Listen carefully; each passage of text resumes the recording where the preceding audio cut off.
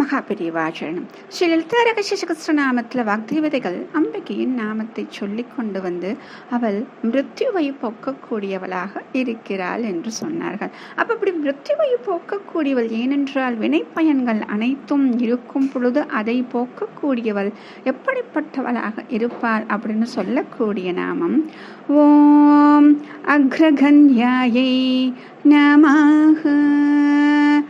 ஓம் அக்ரகன்யாயை நமஹ. இப்போ இந்த நாமத்தில் கன்யா அப்படிங்கிறது என்ன அப்படின்னா கணனம். கணனம் அப்படிங்கிறது வந்து கணக்கிடுவது, மதிக்கப்படுவது அப்படின்னு சொல்கிறது. இந்த அக்ர அப்படின்னு சொல்கிறது அகாரம் நம்ம சொல்கிறோம் இல்லையா, அகாரம் சொல்லும் பொழுது முதலாவதாக இருக்கக்கூடியது.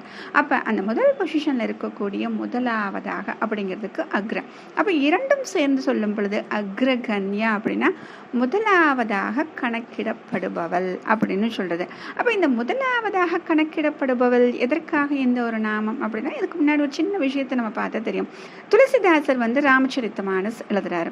ஆஞ்சநேயரை பற்றி எழுதணும். அப்போ எழுதுறப்ப அவர் எப்படி எழுதுறாருன்னா ஞானினாம் அக்ரகண்யம் அப்படின்னு சொல்றாரு. ஏனென்றால் ஞானிகளுக்குள் தலை சிறந்தவர்.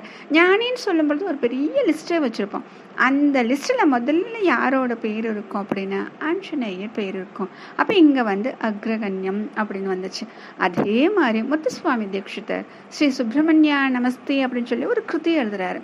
அவர் அதில் முருகனை சொல்லும் பொழுது அபீஷ்டப்ரத தக்ஷதர அக்ரகண்யாய அப்படின்னு சொல்றாரு. அபீஷ்டங்கள் அதாவது நம்முடைய விருப்பங்கள், ஆசைகள், மனோபிஷ்டங்கள் அவற்றை வந்து நம்ம என்னெல்லாம் கேட்குறோமோ அதெல்லாம் கொடுக்கக்கூடியவர். அப்போ நமக்கு வேண்டிய மனோபிஷ்டங்களை கொடுக்கக்கூடியவர். அப்படி கொடுப்பதில் நிறைய பேர் இருக்காங்க. அப்படி இருந்தாலும் கெட்டிக்காரராக இருக்கக்கூடியவர்கள் எத்தனையோ பேர்கள் இருக்கிறார்கள். அவர் பல பேர் இருந்தாலும் அவர்களுள் முதலாவதாக இருப்பவர் அப்படின்னு சொல்றதுக்கு இங்க அக்ரகன்யா. சரி, அப்படி பார்த்தா இங்க அம்பிகைக்கு முதல்ல எதுவுமே போடாம அக்ரகன்யான்னு கொடுத்துருக்காங்க. இப்போ இதில் என்ன சொன்னாங்க, ஆஞ்சநேயருக்கு ஞானினாம் அப்படின்னு சொன்னாங்க, முருகனுக்கு சொல்லும் பொழுது அபிஷப்ரதன் சொல்லிட்டு சொன்னாங்க. ஆக அம்பிகைக்கு ஏன் அதனைத்தும் இல்லை, எந்த ஒரு வார்த்தையும் கொடுக்காமல் அக்ரகன்யா அப்படின்னா இவள் ஆதி மூலமாக இருக்கிறாள், முழு முதற் பொருளாக கணக்கிடப்படக்கூடியவளாக இருக்கிறாள். ஏன்னா சிருஷ்டிக்கு மூல காரணம் இவள் தான், எல்லாவற்றுக்கும் முதலாவதாக இருப்பதால் இவளுக்கு எந்த ஒரு வார்த்தையையும் சேர்க்க முடியாது அப்படிங்கிறதுனால அக்ரகன்யான்னு கொடுத்துருக்காங்க.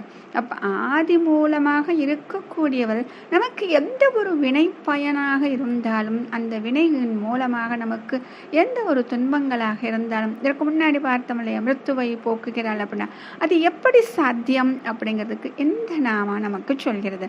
அப்ப அனைத்திற்கும் மூலமாக முழு முதற் பொருளாக கணக்கிடப்படக்கூடியவள் இவள்.